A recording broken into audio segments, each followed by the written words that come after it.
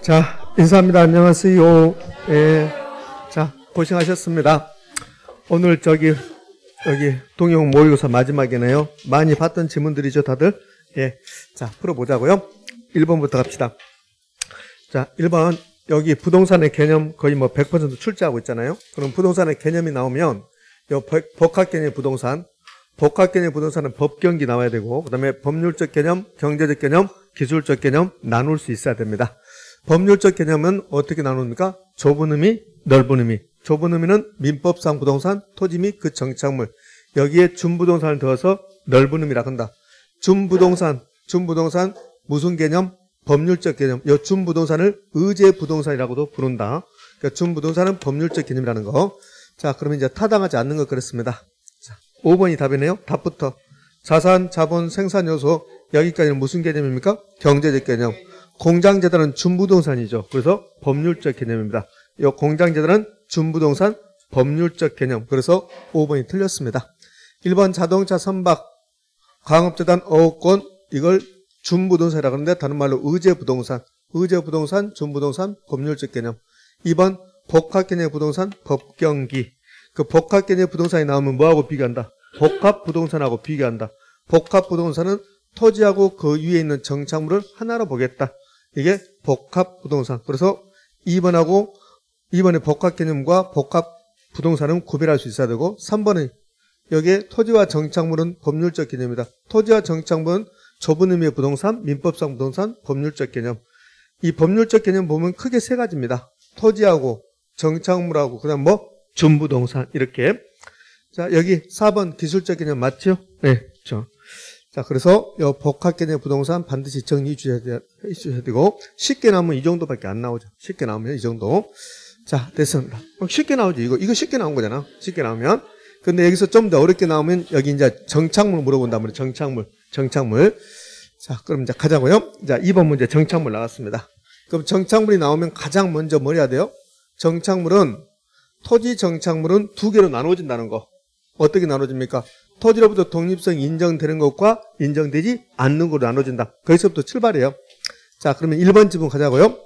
1번 지문 토지 정착물, 토지와 독립된 물건으로 취급되는 것도 있다. 이게 무슨 정착물? 독립정착물. 그러면 독립정착물, 건물, 명인방을 갖춘 수목의 집단, 등기된 임목, 여기 기본에다가 그다음에 명인방을 갖춘 미분리 과실.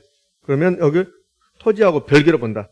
그다음에 판례에 의한 농작물, 정당한 권한에 의해서 타인 토지의 경작 제보되고 있는 농작물은 토지하고 일부로 봅니까? 토지 일부로 봅니까? 토지와 별개로 본다? 토지하고 별개로 본다. 그래서 토지 정착물 중 토지와 독립된 물건으로 취급되는 것도 당연히 있겠죠. 이게 독립정착물이고 2번 돌담, 수목, 교량 이건 정착물입니까? 아닙니까? 정착물이죠. 정착물인데 토지 소유권 효력이 미치는 정착물이다. 이거는 종속정착물이라서 그래요. 종속정착물. 그럼 이 2번 지분에서 우리는 이거 알 수 있잖아. 토지 소유권 효력이 미치는 정착물도 있다는 거. 의미하셨죠? 그러니까 토지 정착물 중에서 토지 소유권 효력이 미치는 것도 있고 미치지 않는 것도 있다. 1번이 독립정착물, 토지 소유권 효력이 미치지 않는다. 2번은 종속정착물, 토지 소유권 효력이 미친다. 그래서 이렇게 냈잖아요. 토지 소유권은 토지로부터 독립성이 인정되지 않는 정착물에도 미친다. OX? 그렇잖아요. 그렇게 출제했잖아요. 이렇게 토지가 있으면 여기 이제 정착물이 있는데 여기는 건물, 정착물이죠. 여기 나무 정착물이죠. 근데 이 건물은 정착물인데 토지 소유권 효력이 미치지 않는다. 나무도 정착물인데 토지 소유권 효력이 미친다. 됐습니까? 그렇지. 그러니까 토지 정착물 중에는 토지 소유권 효력이 미치는 것도 있다. 따라서 토지 소유권 효력은 정착물에도 미친다. 그러면 옳은 말이에요. 왜? 여기 나무 종속정착물에 토지 소유권 효력이 미치니까요. 자, 그다음에는 3번 개개의 수목은 명인방을 갖추더라도 개개의 수목이 그냥 나오든 명인방을 갖추든 전부 다 뭡니까? 정착물이요. 정착물. 그런데 이제 그냥 수목이라고 나오면 정착물은 정착물인데 토지하고 별개로 다뤄지지 않죠. 토지의 일부분이죠. 그러니까 토지와 독립해서 거래 대상이 되지 않죠. 그런데 개개의 수목이 명인방을 갖췄다. 이렇게 되면 무슨 정착물이요?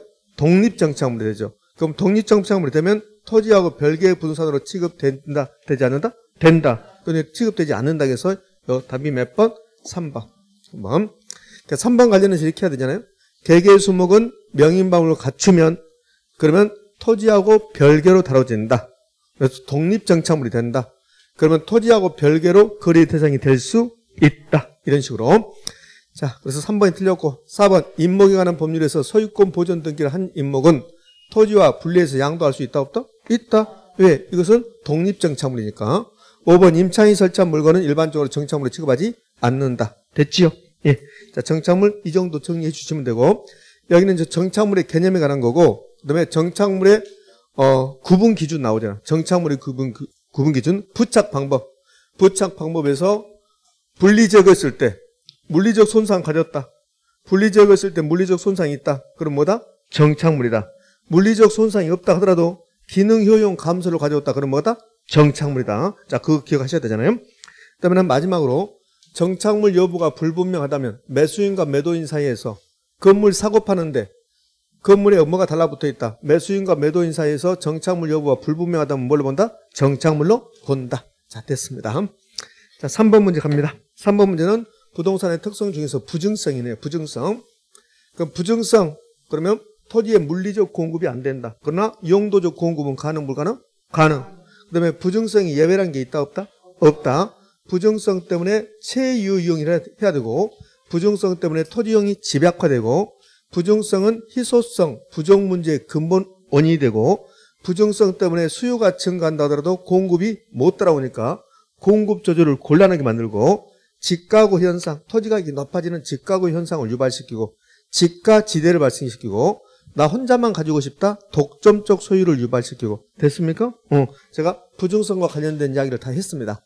그럼 이제 부증성 때문에 토지는 물리적 공급이 안 된다. 그래서 물리적 공급 곡선이 수직선이다. 완전 비탄력적이다. 탄력성은 0이다. 뭐 이런 말들이 나오겠죠.